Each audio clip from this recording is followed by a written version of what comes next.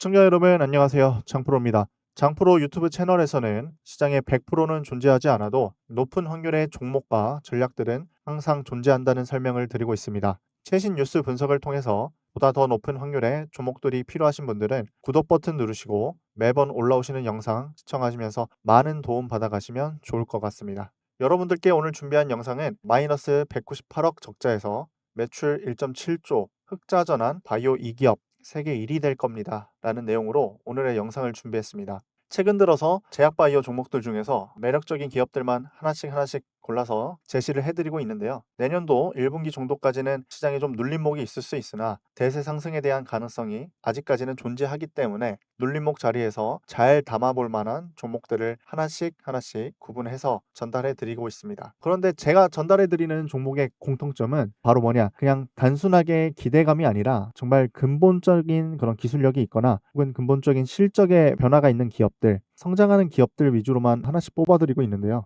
여러분들께서는 나는 정말 그냥 기대감만으로 움직인 기업이 아니라 근본적으로 그런 성장하는 기업들을 눌림목에서 사고 싶다라고 하시는 분들은 제가 매주 영상들을 제작해 드리면서 하나씩 종목을 뽑아 드리도록 할 테니까요. 영상 잘 시청하시면서 여러분들의 마음에 드는 종목이 있는지 확인하시면 좋을 것 같아요.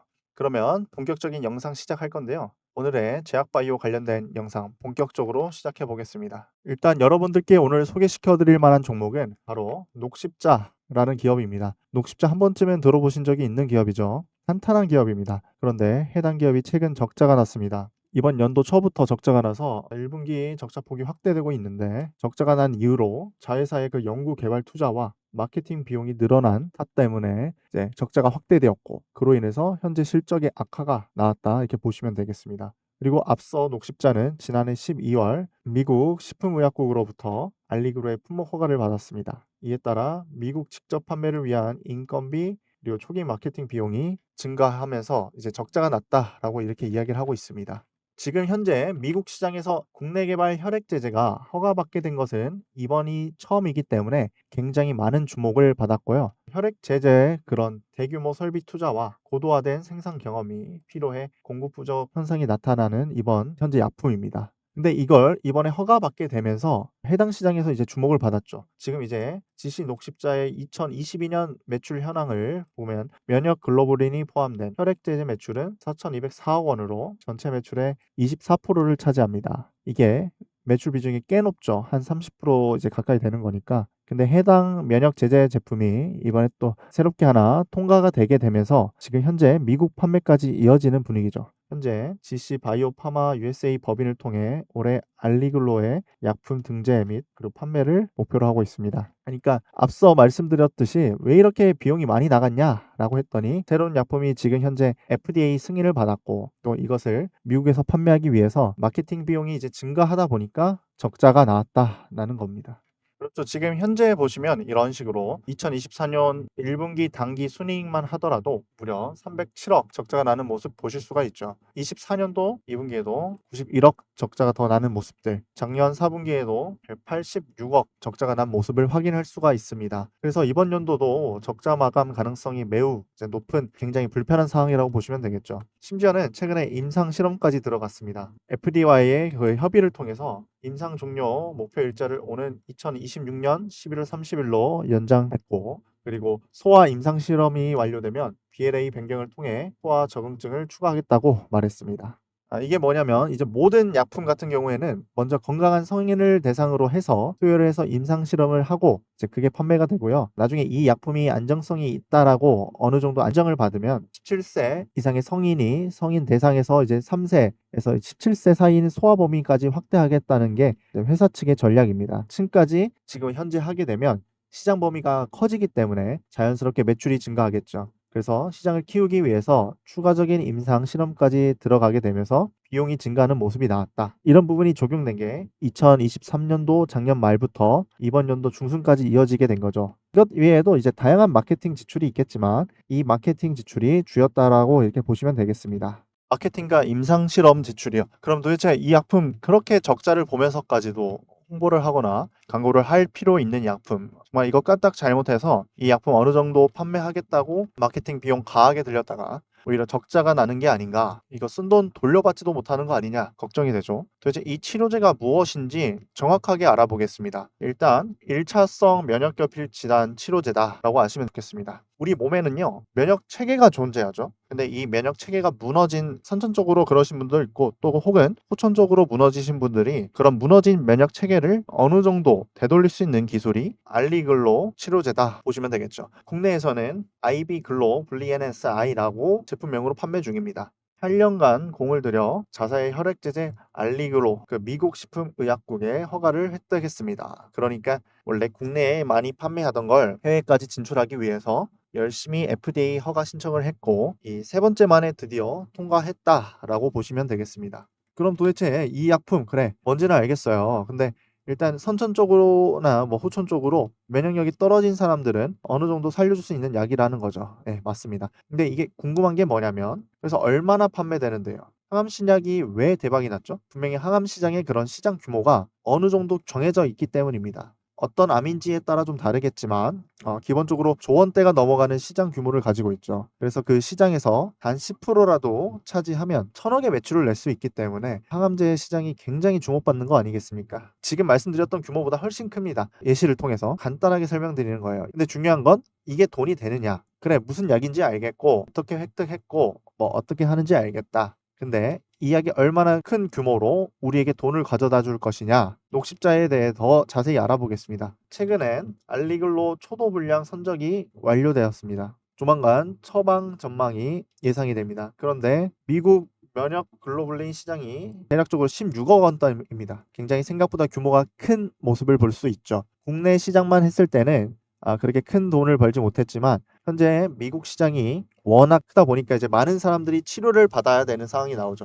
그러다 보니까 자연스럽게 시장 규모가 16조 원이나 되는 모습을 보실 수가 있습니다. 녹십자의 그런 매출 목표는 700억 원으로 전문 약국 신규 진입에 굉장히 유리한 입지를 차지함으로써 지금 현재 매출 목표를 채우고자 노력하고 있는 모습 보실 수가 있습니다. 그래서 이게 이 약품들을 열심히 판매하면서 1분기 그 영업 적자가 150억, 2분기 200억 원의 그런 흑자를 현재 준비하고 있습니다. 일단 적자를 이겨내고 흑자로 돌아서겠다는 내용이죠. 업계 분석을 적용하면 하반기 150억 원의 그 영업이익에 추가 발생이 가능하다는 컨센서스를 내놓기로 했습니다. 그런데 이 내용을 보시면 이런 계획을 세워놨는데 이게 진짜 가능할까 이제 의문이 들죠. 16조 원대인 것도 알겠고 돈 열심히 신입 신규 진입 유리한 입장이라서 어떻게 전문 의학 확보하면서 판매량 늘어나면 어떻게든 매출 많이 낼 수 있다, 이런 계획을 세우는 건데 이게 우리는 항상 어떻게 해야 해요? 의심해야 되죠. 이 계획은 세워놨지만 의도대로 될지 안 될지 모르겠죠. 그래서 현실적으로 가능한지를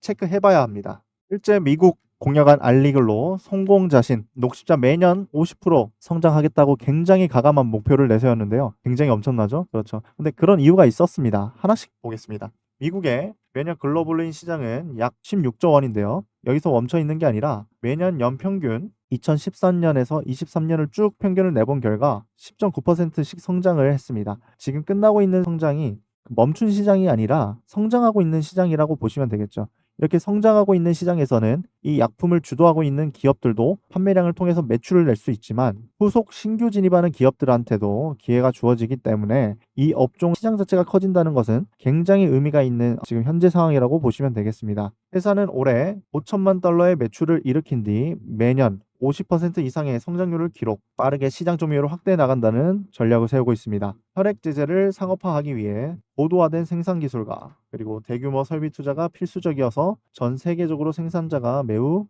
제한적이라서 한번 진입을 하면 시장 규모를 빠르게 자신의 것으로 가져올 수 있다라는 자신감을 내비친 목표치라고 보시면 되겠죠. 근데 왜 이렇게까지 가감한 목표를 내세울까? 왜냐하면 기업이 항상 말을 할 때 물론 미래의 성장치가 긍정적으로 발표도 해야 되겠지만 너무 과한 성장치를 또 제시하면 안 되거든요. 왜냐하면 기업의 그런 이미지가 실추되니까. 근데 목표를 50%나 빠르게 성장하는데 근거가 있어야겠죠. 그 근거를 따져보다 보면 이 기업의 지금 현재 알리글로의 특징을 여러분들께서 파악할 수가 있습니다. 도대체 이런 자신감을 내비치는 근본적인 이유는 무엇일까? 바로 이미 많이 판매를 해봤기 때문입니다.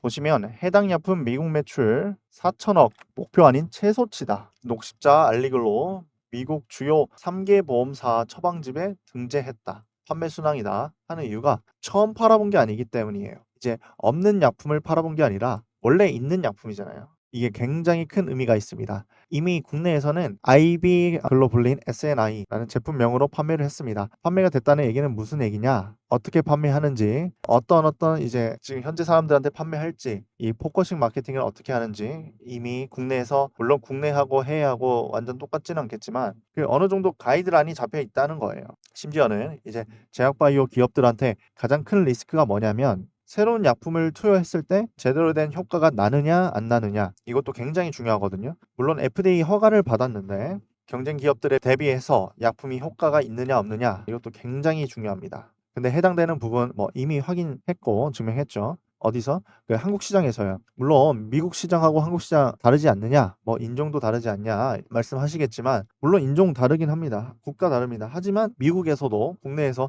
이미 과거부터 수년 전부터 판매가 되어 온 약이라는 것은 신뢰도를 가집니다. 굉장히 큰 시나리오들을 가져요. 약품에서도 문제가 있는 약 판매하고 싶진 않겠죠. 네, 한국에서 이거는 수년간 판매되었고 이번에 이미 그냥 새롭게 미국에 진출했을 뿐 이미 판매 잘해서 문제없는 제품이라는 것을 보험사라든지 뭐 지금 현재 뭐 약국 아니면 뭐 미국에 있는 병원들, 의사들 이미 이걸 알고 있는 순간부터 이 약품의 판매가 훨씬 더 이제 빨라지겠죠. 그래서 이미 옛날부터 한국에서 판매했다는 것이 이제 굉장히 큰 어필 포인트가 되었다라고 보시면 되겠습니다. 이해되셨죠? 그래서 자신 있는 거예요. 예, 실제 여러분들 이게 비슷한 케이스가 있습니다. 뭔지 아십니까? 이미 아시는 분들이 있죠. 최근에 우리 대한민국 제약바이오 항암제들 중에서 최초로 미국 FDA 승인 받은 약이 뭐죠? 바로 유한양행의 랭라자입니다. 랭라자가 왜 이렇게 어떻게 그런 미국에서 획기적으로 인정을 받으면서 판매를 시작했으면 또 미국의 빅파마 기업이 왜 이 해당 약품하고 계약을 체결했을까요? 근본이 없는 기술이 아니라 근본이 있는 기술이기 때문입니다. 랭라자도 이미 2021년도에 국내에서 화력이 돋보였죠. 이미 판매가 되었던 약품입니다. 21년도 1월 국내 식품의약품안전처로부터 지금 현재 이전에 그 특정 약품으로 치료받은 적이 있는 양성국소 그 진행성 또는 비전이성 비세포 폐암 환자의 치료 품목을 받은 적이 있습니다. 그러니까 특정 조건에서 지금 현재 정말 할 수 있는 것이 없는 그런 환자들을 대상으로 해서 먼저 치료를 할 수 있도록 이제 허가를 낸 거죠. 그래서 이게 2021년도 아니겠습니까? 지금 2024년도잖아요. 그러니까 데이터가 쌓였겠죠. 정말 이 약품이 어떤 효과를 냈는지 임상 데이터가 정말 제대로 쌓였고요. 정말 제대로 쌓였기 때문에 미국 FDA 승인까지 이제 안정적으로 받을 수 있었다 보시면 되겠습니다. 아시겠죠? 한국에서도 이미 주목받았고 잘 팔렸기 때문에 해외에서도 판매할 때 굉장히 편하겠죠. 그래서 랭라자가 특히나 더 대박난 거 아니겠습니까? 그렇죠. 근데 케이스를 따라가는 것이 지금 현재 아이비글로 불린 SNI라는 이 약품이 해외 판매될 때는 뭐로 판매됩니까?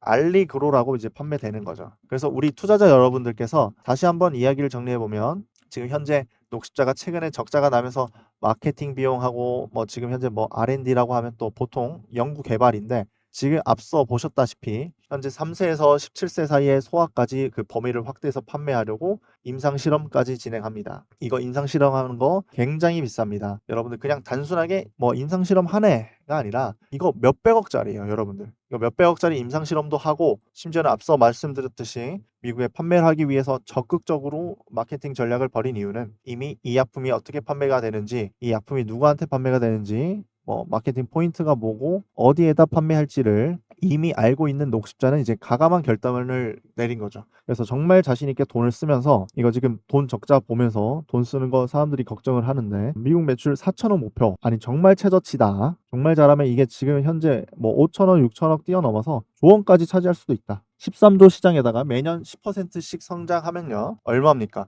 1.3조가 되지 않겠습니까? 그렇죠. 10%만 먹어도 1.3조예요.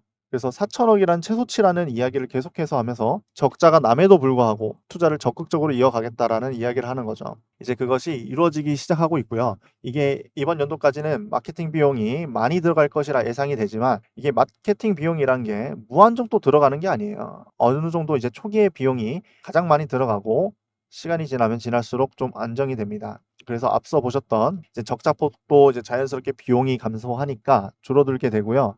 이미 마케팅으로 열심히 홍보를 해놨기 때문에 매출은 늘어날 가능성이 높다라는 지금 현재 내용이 계속해서 컨센서스를 통해서 드러나고 있습니다. 네. 지금 그러니까 가장 큰 기대감이 들어오는 기업이라고 이렇게 보시면 될 것 같습니다. 관심 가져 주시고 계속 잘 지켜보시면서 여러분들께서는 추가적인 상승세가 나올 수 있는 만한 기업이라고 생각을 하시면서 지켜보시면 좋을 것 같습니다. 이해되셨죠? 차트도 한번 봐 보겠습니다.